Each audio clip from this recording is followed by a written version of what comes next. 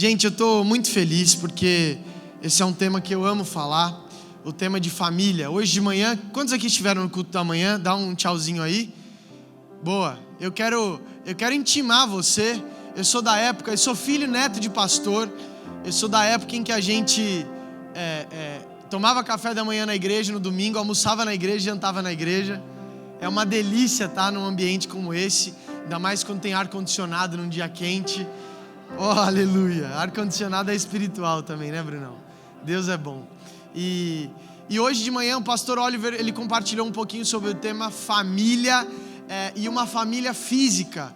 Os nossos pais, mães, filhos, marido, esposa, os nossos tios e assim por diante, a nossa árvore genealógica. Ele compartilhou um pouquinho daquilo que Deus tem nos dado como direcionamento como igreja, para que a gente possa investir na família, e é esse tema que nós estamos trabalhando durante todo o ano, com direcionamento do nosso pastor Thiago Sugihara, mas também o tema família espiritual. Esses são os temas em que a gente vai também tratar na nossa conferência. A gente está com um line-up incrível, principalmente o Relevance Music de Alphaville, amém? E a gente vai ter um tempo incrível de família, então eu quero convidar você mais uma vez e te intimar, meu. Quando você estiver com o domingo tranquilo, sem bagunça, organize seu horário, esteja aqui de manhã também. O que Deus fez aqui de manhã hoje foi simplesmente maravilhoso, fantástico. O Brunão não teve a ousadia, graças a Deus, de terminar o culto, na verdade. O Espírito Santo que foi ministrando até a gente ser envolto e então ser levado para casa. E eu também quero aqui honrar a vida do Samuel e da Fabi. Cadê o Samuca? Esse homem faz um churrasco incrível, nos recebeu lá. A gente está muito feliz de estar aqui. A gente ama essa casa, honra a vida do Brunão, da Rê. Vocês estão muito bem servidos de pastores e líderes. E eu quero também incentivar vocês de uma coisa: vocês jamais vão sair dessa igreja de barriga vazia. Vocês vão sempre ser alimentados. Esse é o coração do pastor de vocês, em querer dar o melhor para vocês, em querer servir vocês. Eu quero mais uma vez honrar a vida do Brunão, da Rede, toda a liderança dessa casa. Dá uma salva de palmas aí do seu lugar por essa liderança. Aleluia. Aleluia. Eu queria começar compartilhando sobre o tema da mensagem, que é: a igreja de Cristo não mudou. Você pode repetir comigo? A igreja de Cristo. Pode ser um pouquinho melhor. Falaram que ia ter muito jovem aqui, né, Bruno? Hoje à noite. Eu quero te convidar a ser um pouquinho mais intencional. Repete aí. A igreja de Cristo não mudou. Aleluia. Você crê nisso? Deus não mudou. A palavra de Deus também não mudou. A Bíblia não precisa ser atualizada. Quem precisa ser atualizado somos nós. E se a palavra de Deus não muda, se Deus não muda, o método pelo qual Jesus ainda usa para transformar a sociedade em que nós estamos continua sendo a igreja dele. É diferente porque na nossa mentalidade, nas nossas experiências, a gente crê que a igreja mudou. E a igreja sim mudou, mas não a igreja de Cristo. A igreja dos homens muda de placa, muda de liderança, muda de ideia. A gente tem reformas, a gente tem outras reformas, a gente tem mudanças. Pessoas que criaram igrejas morrem, outros surgem nos seus lugares, e isso é mutável. Mas a igreja de Jesus jamais muda. O papel dela jamais muda. A glória dela jamais muda. A seriedade da qual Jesus instituiu a igreja não muda. E se a igreja de Cristo não muda, a nossa mentalidade como nova criatura também não pode mudar. Nós precisamos continuar crendo na igreja de Cristo. Nós não precisamos crer na igreja do Thiago Sugihara, nem do Bruno e da Rê. Nós não precisamos crer na igreja Relevance. Nós não precisamos crer na Lagoinha, na IP. A gente não precisa crer na igreja Batista, a gente precisa crer na igreja de Jesus. Eu acredito que você já tenha mudado de igreja, talvez. Existe uma sensação de quando você muda de igreja, talvez alguns líderes achem que você está quase traindo o movimento, né?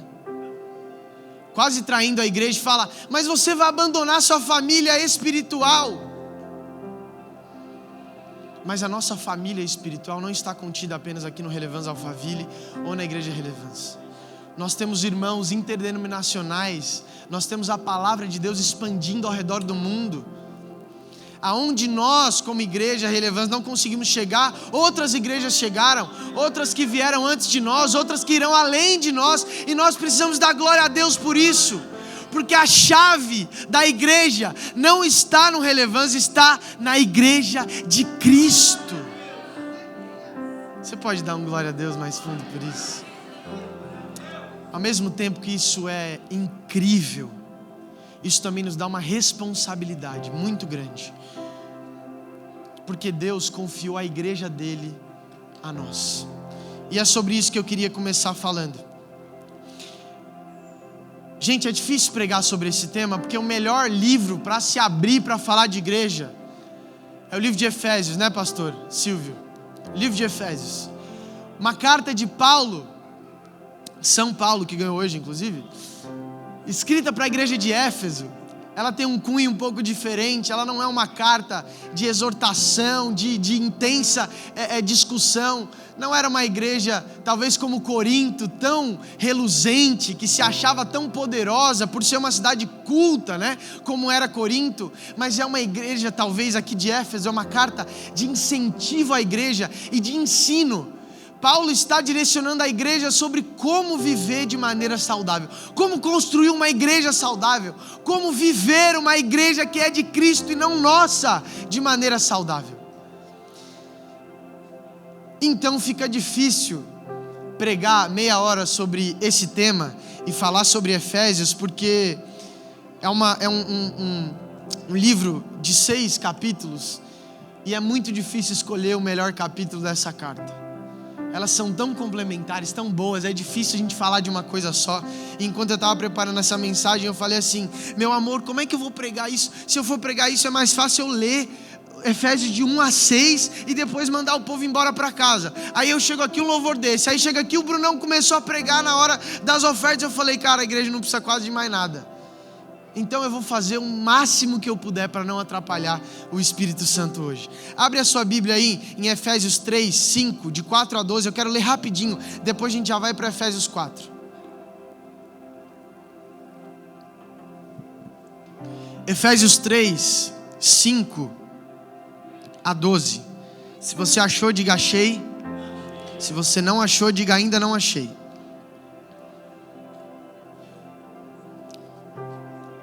Ninguém? Todo mundo achou? Aleluia, vamos lá.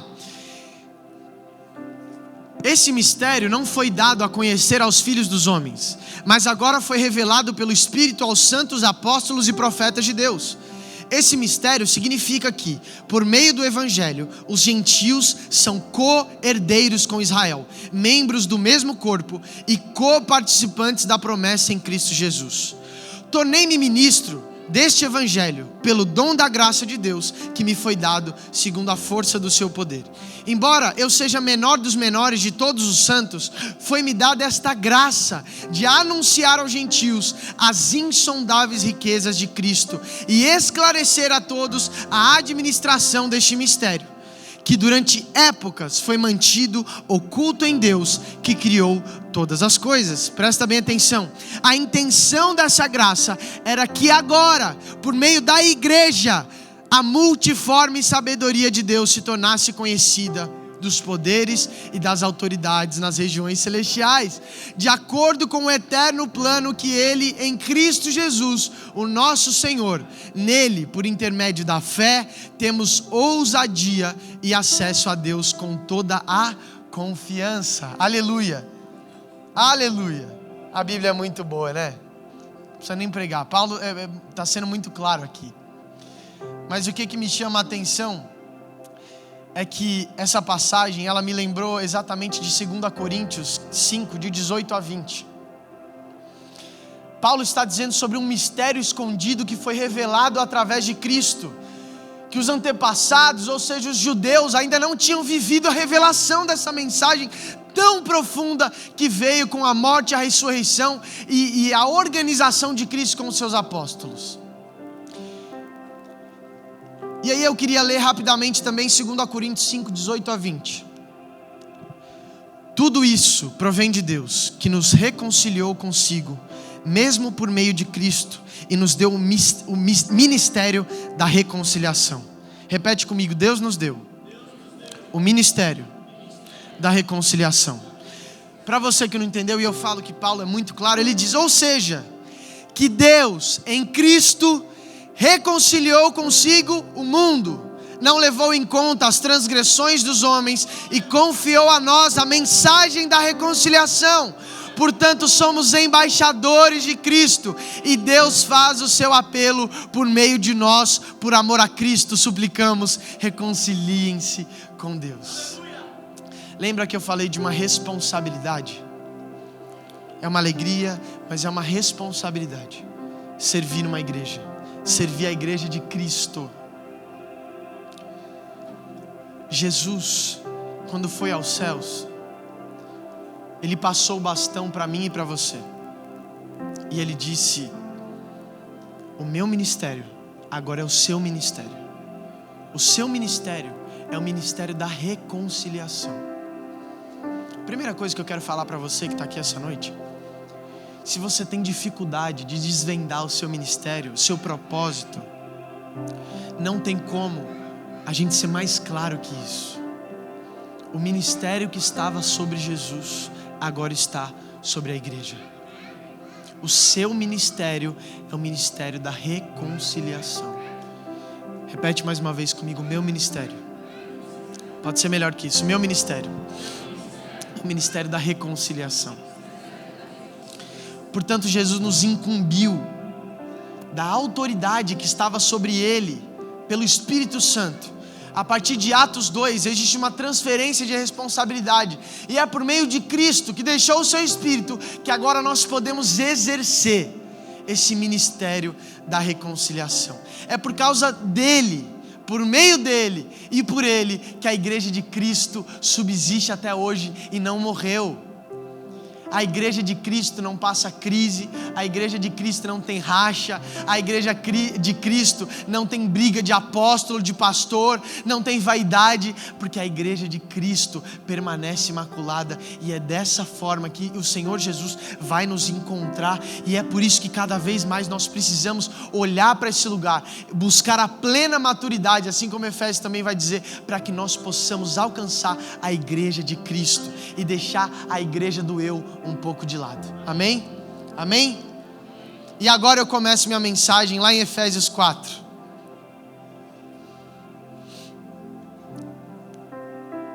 Passa uma página aí da sua Bíblia. Eu quero ler com você mais uma vez a palavra de Deus. A unidade do corpo de Cristo. Como prisioneiro no Senhor, peço a vocês que vivam de maneira digna do chamado que receberam, com toda a humildade e mansidão, com paciência, suportando uns aos outros com amor. Façam todo o esforço para conservar a unidade do Espírito pelo vínculo da paz. Há um só corpo e um só Espírito, como também uma só esperança quando foram chamados. Há um só Senhor, uma só fé, um só batismo, um só Deus de todos, que é sobre todos, por meio de todos e em todos. Aleluia. Amém? Você vê, gente, a Bíblia é muito boa, cara. Se você não está lendo a Bíblia, você está vacilando muito. Esse negócio é muito bizarro, cara. Escrito há tantos anos atrás, continua sendo vivo. Claro, gente, mais claro que isso. O primeiro ponto que Paulo está alertando a igreja de Éfeso, e aí a igreja de Cristo, ou seja, nós, eu e você, ele começa dizendo: como prisioneiro de Cristo. Como prisioneiro de Cristo. Paulo diversas vezes abriu o seu coração para dizer que ele era prisioneiro de Cristo. A melhor liberdade que nós podemos ter como igreja é ser prisioneiros de Cristo. Talvez isso soe pesado demais. Talvez algum pastor já pregou esse mesmo texto usando uma desculpa de religiosidade para te prender, fazendo e dando a sua vida não pela igreja de Cristo, mas para a igreja desse líder. Talvez isso foi interpretado de diversas maneiras e manipulado para fazer você simplesmente não passar tempo com a sua família, não descansar. Mas Paulo é muito claro em dizer a alegria dele de ser prisioneiro de Cristo. Nós saímos de prisioneiros do pecado para prisioneiros de Cristo. O que isso significa? Quando nós somos prisioneiros de Cristo, é como se a gente não fosse capaz de escapar do seu amor. Ser prisioneiro de Cristo é ser incapaz de não colocar o fruto do Espírito em prática. Ser prisioneiro de Cristo é ser incapaz de mentir, achar que está tudo bem. Ser prisioneiro de Cristo é se coçar para perguntar para o Brunão, para a Rê, para os pastores, para os líderes: pastor, como é que eu posso servir essa igreja? Ser prisioneiro de Cristo é andar enquanto os milagres te acompanham. Imagina viver numa realidade em que você é preso a ter amabilidade, domínio próprio, mansidão, em que você seja tardio em irar-se, você demora para ficar bravo. Imagina ser prisioneiro do perdão, você é incapaz de segurar rancor dentro de si. E é por isso que Paulo está dizendo da alegria de ser prisioneiro de Cristo. E um detalhe, ele estava fisicamente preso.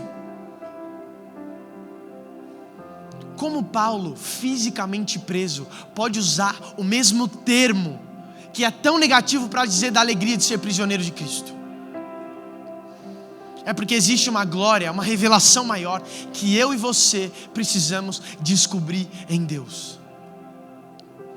A palavra de Deus diz e convida você que está cansado, sobrecarregado, que Deus vai te aliviar. E eu volto a dizer, Deus não quer que você gaste a sua vida por relevância. Deus quer que você gaste a sua vida pela igreja dele. E Deus está te convidando a ser prisioneiro dele. E ser prisioneiro de Jesus, é isso. E eu estava junto com a minha esposa refletindo nessa última temporada também, como nós, moradores de São Paulo e região metropolitana, a gente acostuma e é cobrado para viver num ritmo tão frenético. No trabalho, nos projetos, em tudo que a gente faz. Porque senão outra pessoa vai tomar o nosso lugar e vai ser mais bem sucedido que nós. Nós, por incrível que pareça, nos esquecemos de um dos mandamentos mais preciosos: descanso. Nós, como protestantes, parece que a gente simplesmente se esqueceu de descansar. Nós não somos judeus, não somos adventistas, a gente não guarda o sábado, a gente não guarda o domingo, porque domingo a gente está trabalhando na igreja, a gente não guarda dia nenhum, porque nós, na verdade, é que nós não vivemos uma vida sendo prisioneiros de Cristo. Isso também significa aprender a descansar. Uma igreja saudável aprende a descansar. Você precisa tirar férias. Você precisa descansar no Senhor. Você precisa aprender o horário de terminar de trabalhar e dar atenção para a sua esposa, para o seu esposo.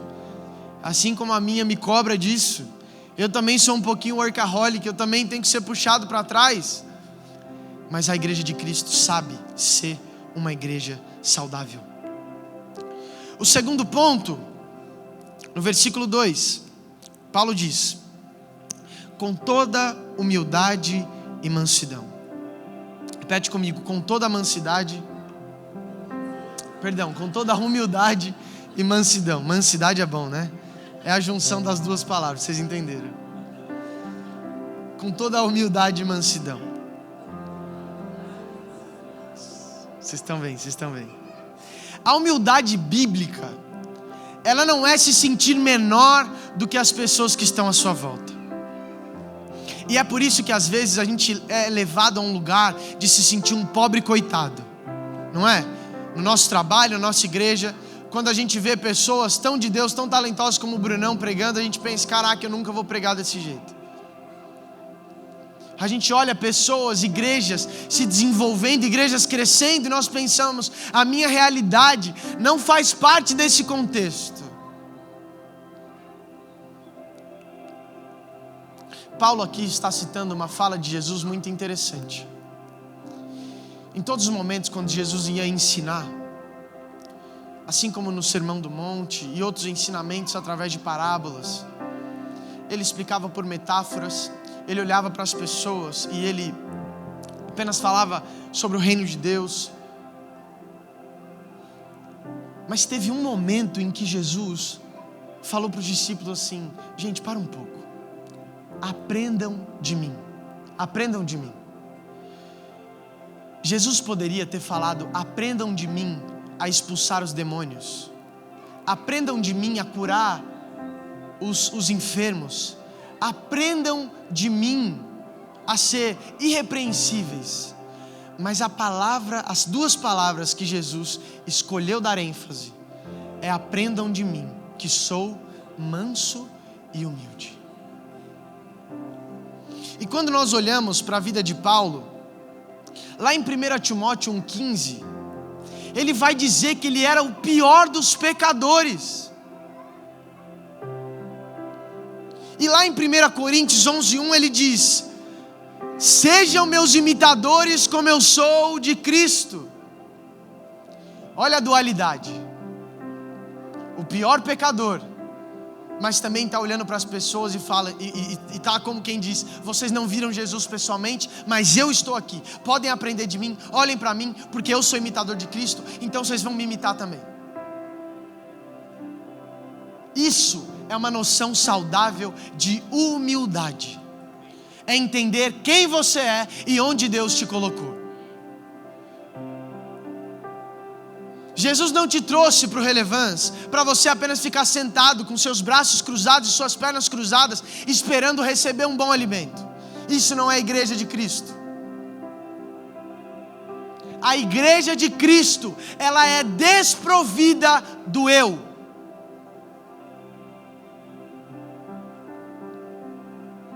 E a humildade, ela é essencial para que a gente possa construir um ambiente saudável, para que nós possamos construir a igreja de Cristo.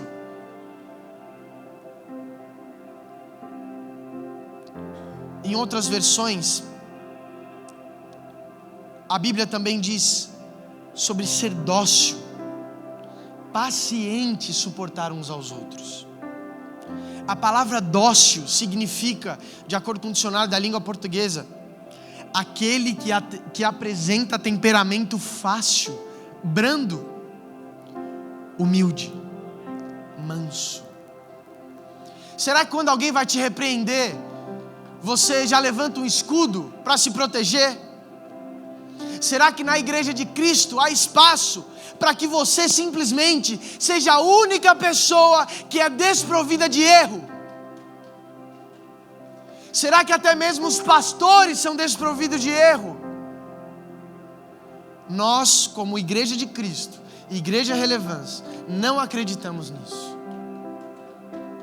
Nós acreditamos numa igreja saudável que se move, cada um cumprindo a sua função e o seu papel. E eu posso falar tranquilamente, nós como igreja Relevance, não queremos que o Relevance seja a sua ex-igreja. Nós não queremos que você saia do Relevance com a mesma reclamação que você tinha na igreja que você saiu. Nós temos o profundo desejo de construir nessa casa uma igreja saudável, uma igreja de Cristo. Nós queremos te impulsionar para viver o seu chamado e o seu ministério. Você já deve ter percebido que no logo do Relevance, na parte de baixo, existe uma plataforma. Essa plataforma, ela serve como propósito que nós temos como igreja de te impulsionar. A igreja saudável de Cristo, ela é sobre o outro, não é sobre eu. Então nós precisamos ser mansos e humildes. Nós precisamos aceitar a repreensão. Precisamos escutar o que os outros têm a dizer. Até você que tem um temperamento mais difícil, assim como eu. Às vezes a gente tem que aprender a engolir seco. Às vezes a gente tem que olhar para Jesus e perceber que Ele foi capaz de inocentemente carregar uma cruz, colocar uma coroa de espinhos, nu, ser cuspido, vaiado, insultado por mim e por você. Se Jesus transferiu a responsabilidade que estava sobre Ele para nós, nós temos o mesmo dever de suportar algumas coisas calados, apenas honrando a Jesus. O máximo que a gente pode dizer é: Senhor, se for possível, afasta de mim esse cálice, sobretudo seja feita a sua vontade. Amém? A partir do versículo 3, Paulo diz: façam todo o esforço para conservar a unidade do Espírito pelo vínculo da paz.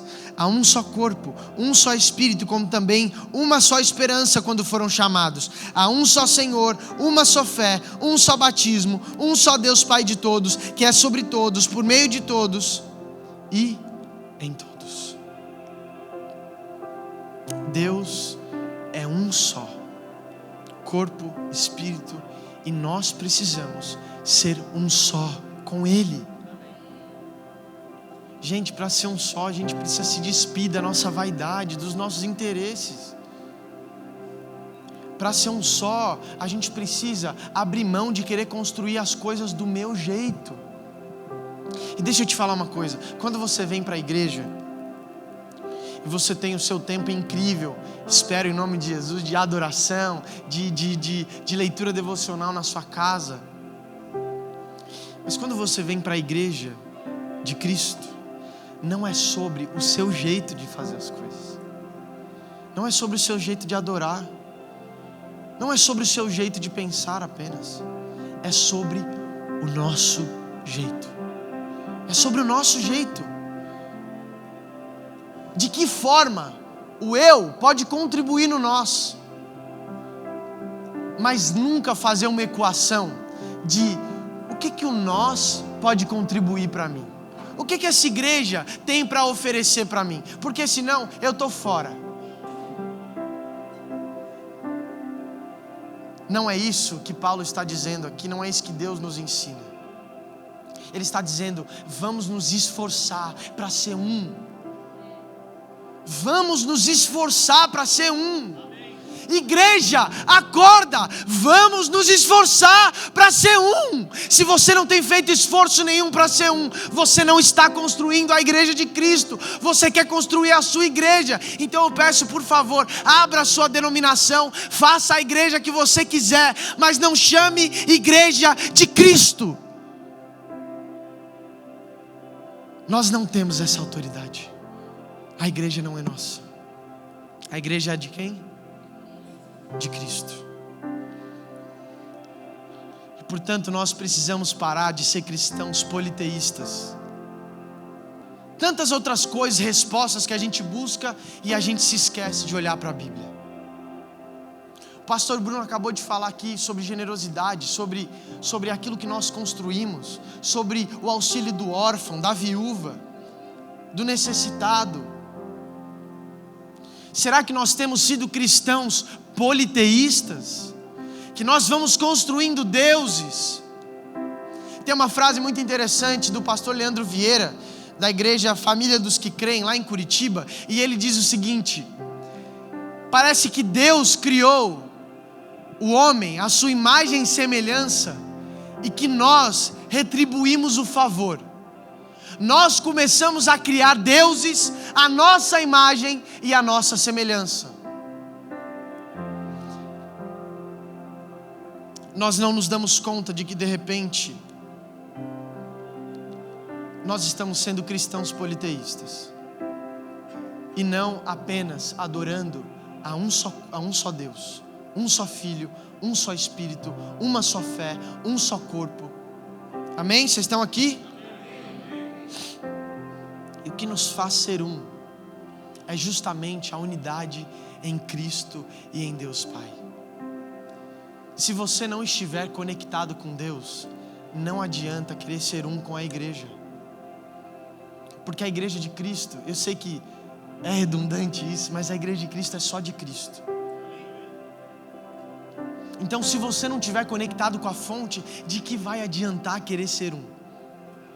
Você vai ser um com o quê? E com quem? Se aquilo que nos torna um é Cristo.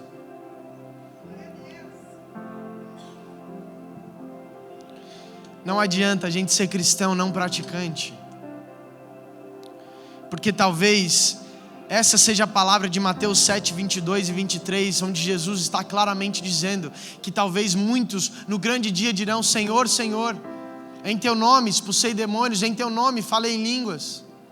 Mas Jesus vai dizer: eu não te conheço, porque você não estava conectado à minha igreja, você não estava conectado ao meu corpo, você não estava conectado ao meu propósito.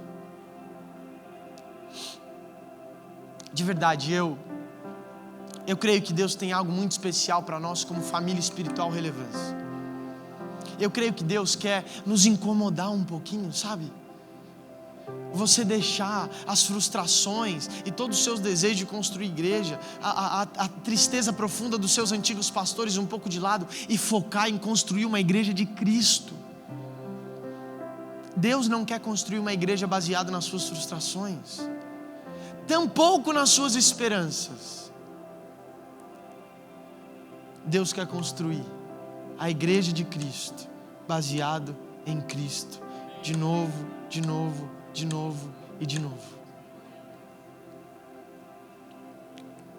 E passando um pouquinho,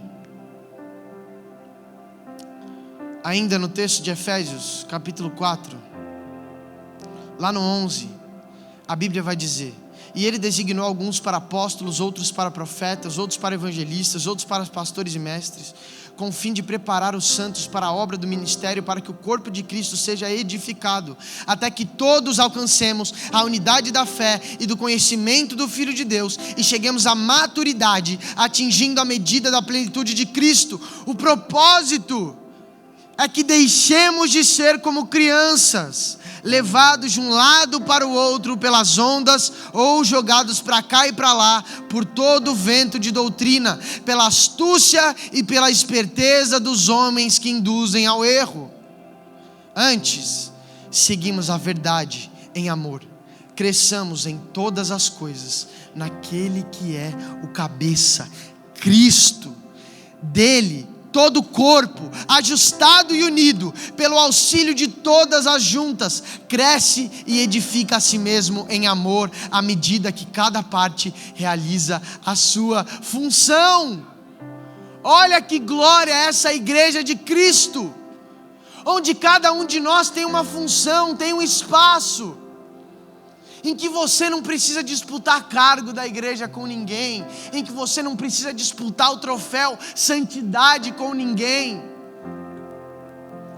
Essa é a igreja de Cristo, e é nessa igreja que nós, Relevância, cremos. Foi para essa igreja que Cristo te libertou, te tirou do pecado. Sabe, eu não sei o que fez você chegar até o Relevância, eu não sei se você se converteu aqui na casa, eu não sei se você veio de outra igreja, eu não sei. O que eu sei é que Jesus tem algo muito mais profundo para construir através da sua vida nessa igreja. Você é importante sim, e você também é um pecador sim. Então, nesses 3 pontos que Paulo está direcionando, nós precisamos aprender a viver de maneira digna da qual nós fomos chamados. Precisamos ser humildes e dóceis, e precisamos nos esforçar para ser um. E nós só vamos ser capazes de colocar tudo isso em prática quando nós entendermos de fato a identidade de quem é Jesus. Fica de pé no seu lugar.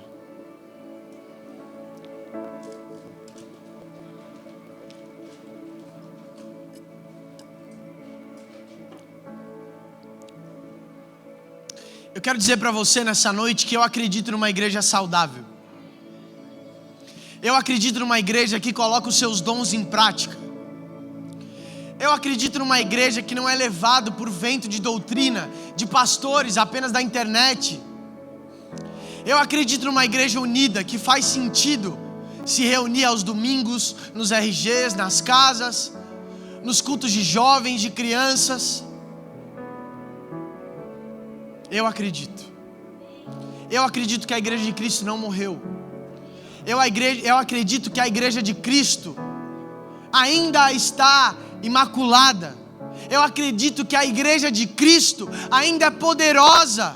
A igreja de Cristo ainda transforma as vidas. A igreja de Cristo ainda cura os que estão doentes. A igreja de Cristo ainda liberta aqueles que estão cativos. Essa é a igreja de Cristo. E para finalizar, eu queria ler com você lá em Efésios 1.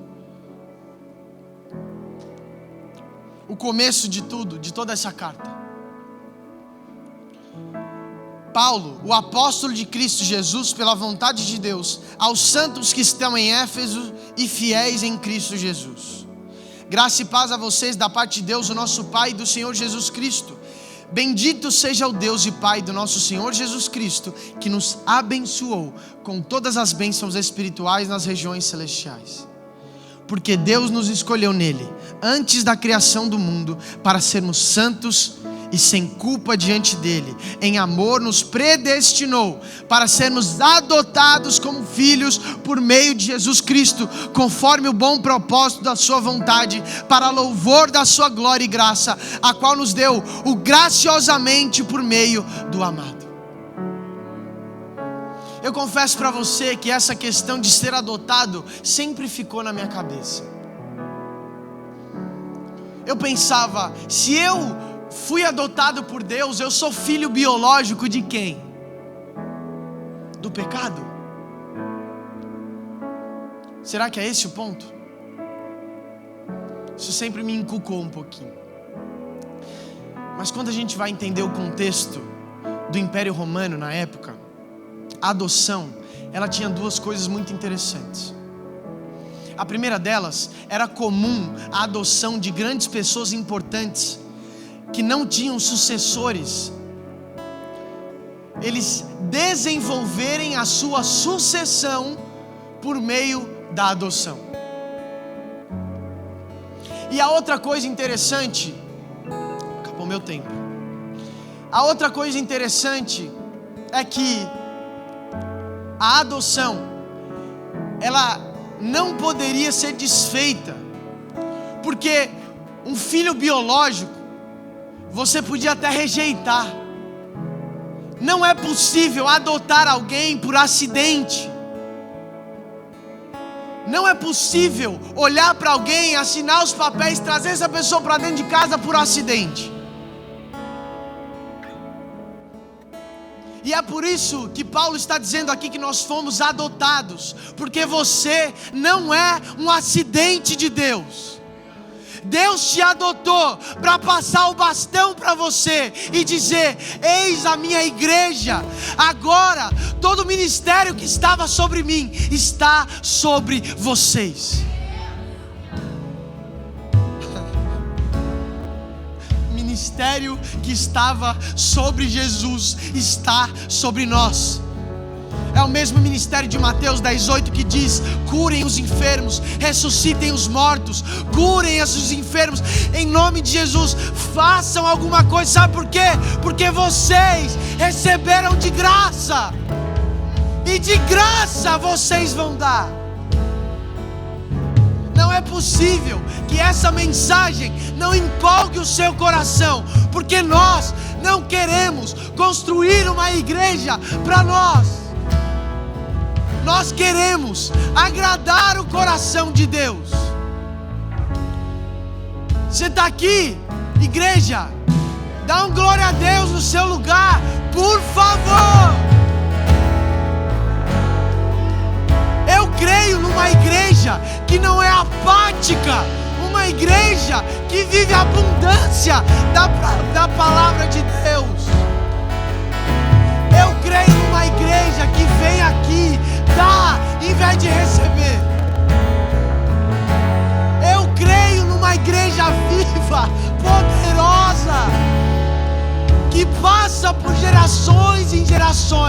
e ela continua de pé. Levante suas mãos aonde você está agora. Vamos lá, vamos fazer um exercício. Levante suas mãos. Você que é tímido, talvez você precise andar um pouquinho para frente. Você que é hiper, ultra, mega extrovertido, talvez você precise andar um pouquinho para trás. Essa é a igreja de Cristo. Abra sua boca, vamos encher esse lugar. Senhor, nós não nos contentamos nessa noite em viver uma vida medíocre. Foi para a liberdade que Cristo nos libertou.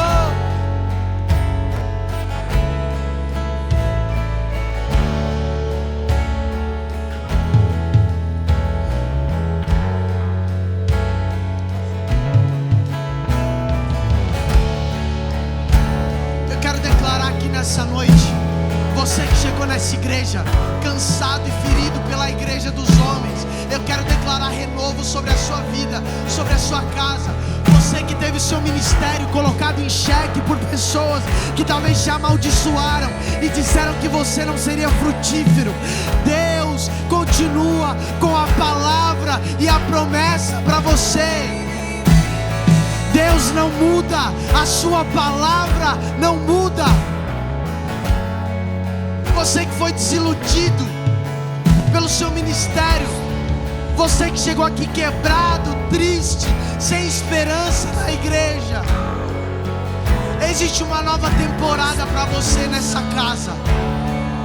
Existe uma nova temporada para você na igreja de Cristo, não na igreja dos homens, na igreja de Cristo. A igreja, ai Jesus, ai Jesus, a igreja de Cristo. A igreja de Cristo.